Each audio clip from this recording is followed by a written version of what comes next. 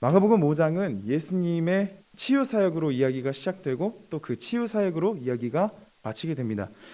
저번에 제가 이 자리에서 설교할 때 마가복음 5장 1절부터 20절까지를 말씀드렸었는데요. 그 1절부터 20절까지는 거라사인의 지방이라고 하는 이방 지역에서 하신 예수님의 치유 사역 이야기였습니다. 귀신 들린 사람을 고치신 장면이었죠. 21절을 보시면 다시 예수님께서 배를 타고 맞은편으로 건너가셨다라고 나옵니다. 그러니까 다시 유대 지역으로 아마 돌아오셨던 것이 아닌가 생각이 됩니다. 하나 넘겨주시면 이 마가복음 5장 21절부터 43절까지는 샌드위치 구조라고 해서 마가복음에 종종 등장하는 구조인데요. 이 가운데 말씀을 껴놓고 위아래로 이렇게 감싸고 있는 구조로 되어 있습니다. 그래서 25절부터 34절까지는 여기 적혀 있는 것처럼 혈루증 걸린 여인이 등장하게 되고요. 그것을 감싸고 22절부터 24절은 회당장 야이로와 예수님과의 만남, 그리고 35절부터 45절은 야이로와 그 딸을 살리신 이야기로 구성이 되어 있습니다. 이 마가는 이렇게 이런 샌드위치 구조로 하여금 독자들로 빠르게 이 예수님에 대해서 흡입력 있게 알 수 있도록 이렇게 했는데요. 당시 여성은 무시당하고 홀대받았습니다. 이야기의 주인공으로 등장하기 어려웠던 것이 여성이었지만 예수님은 늘 주변부에 있던 사람들을 중심부로 옮겨두십니다. 복음서에서는 여성들의 이야기, 약자들의 이야기, 죄인들의 이야기, 또한 세리들의 이야기가 계속해서 등장하게 되죠. 오늘 이 성경의 21절부터 43절까지도 한 소녀와 한 여인의 이야기인데요. 오늘은 이 여인의 이야기에 대해서 먼저 살펴보고자 합니다. 그러니까 샌드위치 안에 속부터 먼저 보게 되는 것이죠. 그런데 12해 동안 혈루증을 앓아온 여자가 있었다. 예수님이 회당장 야이로를 만나시고 나서 그녀를 회당장 야이로의 딸을 고치러 가시던 중에 12해 동안 혈루증을 앓아온 여인을 만나게 됩니다. 이 혈루증은 하혈이 멈추지 않는 병입니다. 과거에 의학적 지식이 없던 시대에는 하혈하는 여인을 부정하게 여겼습니다. 율법적으로 하혈할 때에는 사람들과 접촉할 수 없었습니다. 그 여인이 만진 사람이나 물건은 모두가 부정함이 없는다고 생각했기 때문에 이 여인은 아마도 12년 내내 부정한 사람 취급을 받았을 것입니다. 마치 나병 환자처럼 사회에서 배제되어서 살았을 것입니다. 또한 혈루증으로 인한 빈혈 증상과 함께 많은 아픔을 겪었을 것으로 생각됩니다. 당연히 정신적으로도 위축되어 살았겠죠. 육체적, 정신적, 사회적 고통으로부터 이 12년 동안 얼룩진 인생을 살았던 여인입니다. 이 여인에 대해서 마가는 26절에서 더 설명하는데요. 넘겨주시면 여러 의사에게 보이면서 고생도 많이 하고 재산도 다 없앴으나 아무 혈력이 없었고 상태는 더 악화되었다. 여러 의사를 찾아다니면서 재산을 다 없앨 정도로 고생했지만 아무 혈력이 없었습니다. 오히려 상태는 더 악화되었다고 설명합니다. 이 여인이 한 모든 노력이 물거품이 된 것이죠. 아주 절망적인 상황입니다. 이런 상황 속에서 여인이 한 소문을 듣게 되는데요. 넘겨주시면 이 여자가 예수의 소문을 듣고서 뒤에서 무리 가운데로 끼어 들어와서는 예수의 옷에 손을 대었다. 예수에 대한 소문을 듣게 됩니다. 이 예수라는 분은 나병 환자도 고치시고 귀신 들린 자도 고치시고 이방인과 세리와 죄인들과 친구 되어주신다라는 소문을 들었나 봅니다. 그리고 이 여인은 예수라는 분에게 불치병이 없다는 것을 확신하고 예수님께 나아가게 됩니다. 그런데 제가 아까 말씀드리기를 부정한 여인은 사람들 근처로 갈 수 없다고 말씀드렸잖아요. 이 여인이 무리에 섞이는 일은 율법을 위반하는 행위입니다. 그래서인지 이 여인은 앞으로 대놓고 가지 않고 뒤에서 무리 가운데로 끼어 들어오게 됩니다. 자신의 존재를 숨기고자 했던 것 같습니다. 그러나 이마저도 역시 율법 규정을 위반한 일입니다. 부정한 사람은 뒤에서든 앞에서든 무리에 섞일 수 없었거든요. 더군다나 이들의 문화에서 결혼한 사이가 아닌데 어떤 여인이 어떤 남성을 만진다? 일반적이지 않고 있을 수 없는 일이었습니다. 이렇게 이 여인에게는 여러 가지 제약이 있었지만 이 여인은 예수님께 나아갑니다. 이 행동의 기반에는 낫고자 하는 열망과 간절함이 있었습니다. 그리고 예수님을 향한 확신이 있었는데요. 그것을 28절로 알 수 있습니다. 넘겨주시면 그 여자는 내가 그의 옷에 손을 대기만 하여도 나을 터인데 하고 생각하고 있었던 것이다. 이 여인은 내가 예수님의 옷에 손을 대기만 하여도 나을 것이다 라는 확신을 가지고 예수님께 나아갔습니다. 낳게 되면 주변에 접촉한 사람들에게 부정함이 옳지 않잖아요. 그래서 이 여인은 예수님을 만지면 나을 것이라는 확신으로 꽉 찬 가운데 예수님께 나아가게 됩니다. 육체적인, 정신적인, 사회적인 고통으로부터 나음을 얻고자 했습니다. 이 나음을 향한 여인의 열망은 예수님을 향한 확신이 되었습니다. 넘겨주시면 그래서 곧 출혈의 근원이 마르니 그 여자는 몸이 나은 것을 느꼈다. 이 여인이 곧바로 나음을 경험하게 됩니다. 그러나 이야기는 여기서 멈추지 않는데요. 예수님은 자신에게 손댄 여인을 찾으십니다. 당시에 예수님은 많은 인기를 누려왔던 분이셨기 때문에 수많은 사람들이 예수님을 따라왔고 당연히 누군가가 이 무리를 에워싸고 예수님의 그룹을 에워싸고 미는 것은 당연한 일이었습니다. 그래서 다니다 보면 누군가가 예수님께 손을 댈 수도 있고 누군가가 밀칠 수도 있는데 예수님은 굳이 누가 내 몸에 누가 내 옷에 손을 대었냐고 제자들에게 묻자 제자들은 당연히 왜 물으시냐고 그것은 당연한 것이 아니냐고 반문하게 되는 것이 30절과 31절입니다. 예수님은 그 제자들의 반문, 왜 굳이 물으시냐는 제자들의 반문에 아랑곳하지 않으시고 계속해서 이 여인을 찾으시는데요. 그것이 넘겨주시면 그러나 예수께서는 그렇게 한 여자를 보려고 둘러보셨다.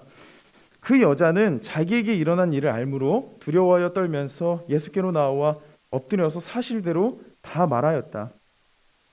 이 여인은 율법을 어기고 그 당시 사회적 통념을 어기면서 예수님을 만졌습니다. 해서 두려웠던 것 같습니다.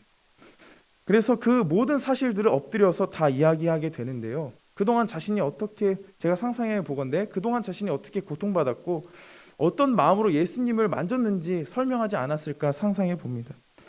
많은 사람의 이목이 이 부정한 여인과 예수님께 쏠렸을 것입니다. 이 여인은 자신의 사정을 떨림으로 이야기했을 것이고 예수님은 그녀의 말을 듣고 계셨을 것입니다. 그리고 그녀에게 이렇게 대답하시는데요. 34절입니다. 예수께서 이르시되 딸아 내 믿음이 너를 구원하였으니 평안히 가라. 내 병에서 놓여 건강할지어다. 딸아 라고 부르십니다. 내 믿음이 너를 구원하였으니 딸아 평안히 가라. 예수님은 그녀를 부정하게 여기지 않으시고 딸아 라고 부르십니다. 왜 부정한 여인인 너가 나를 만졌냐고 나무라지 않으시고 오히려 그녀를 향해서 딸이라 부르시면서 이 여인이 하나님의 자녀임을 기억하게 하십니다. 이 이야기를 듣고 이때 이 여인이 얼마나 놀랐을지 또 상상해 봅니다. 예수님은 남들이 더럽다 여기고 무시하고 외면했던 부정한 여인이 아니라 하나님의 딸임을 기억하게 하십니다.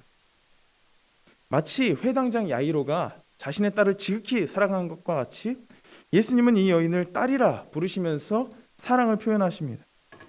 사람들은 이 여인을 향해서 너가 큰 죄를 지어서 하나님께 저주받은 거야 라고 했을지도 모릅니다.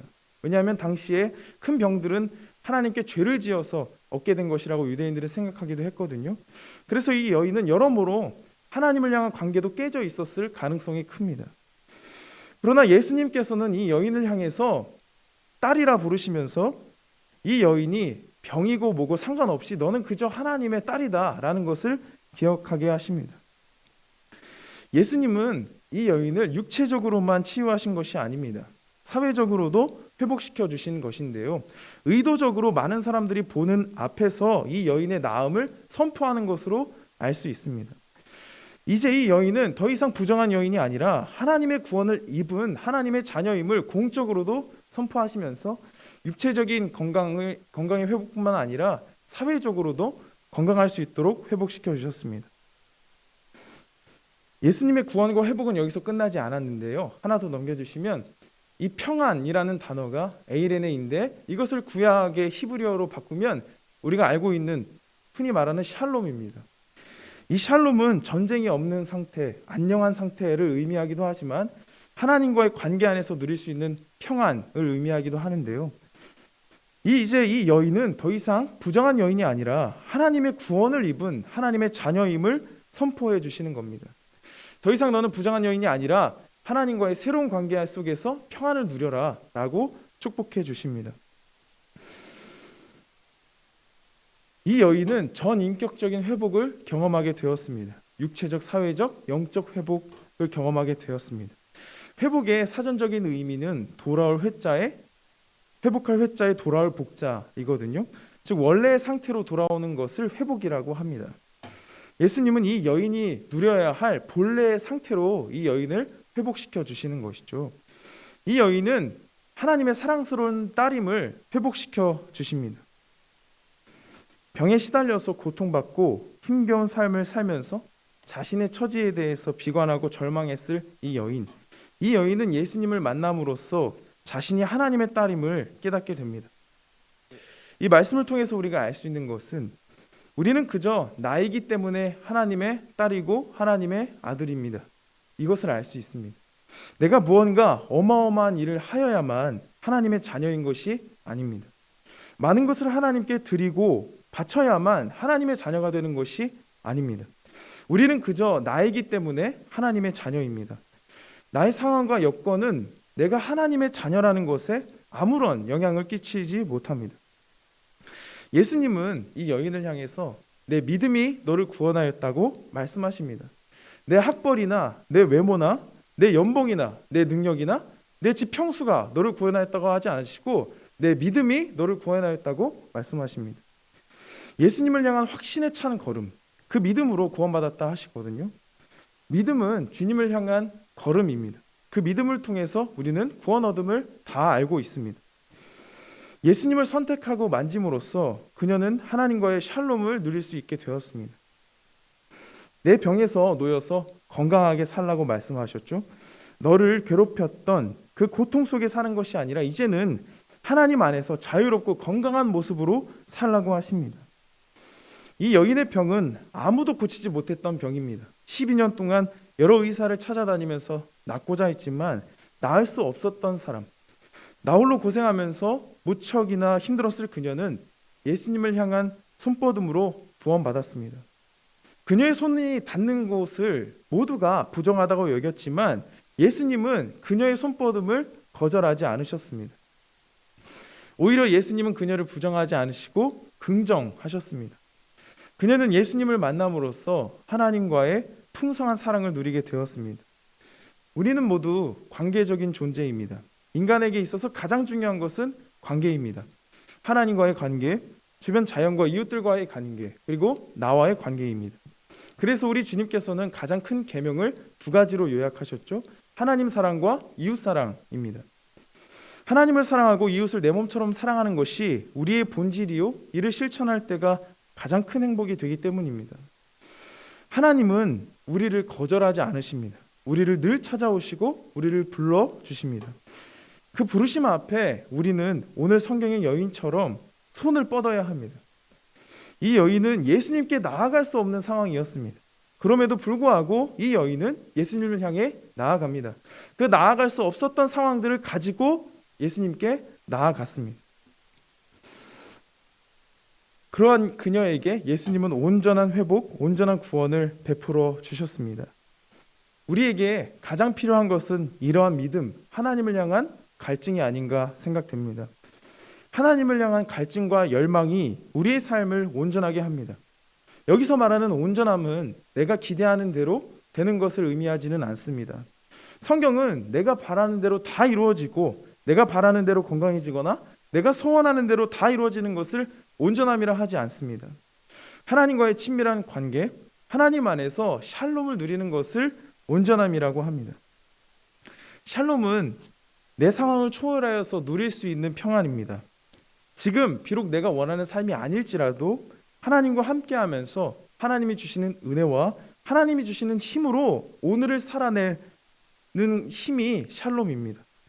크나큰 문제 앞에서 그리스도인으로서 잠깐은 좌절할 수 있으나 아예 넘어지지 않음은 하나님이 우리와 함께 계심을 믿기 때문입니다.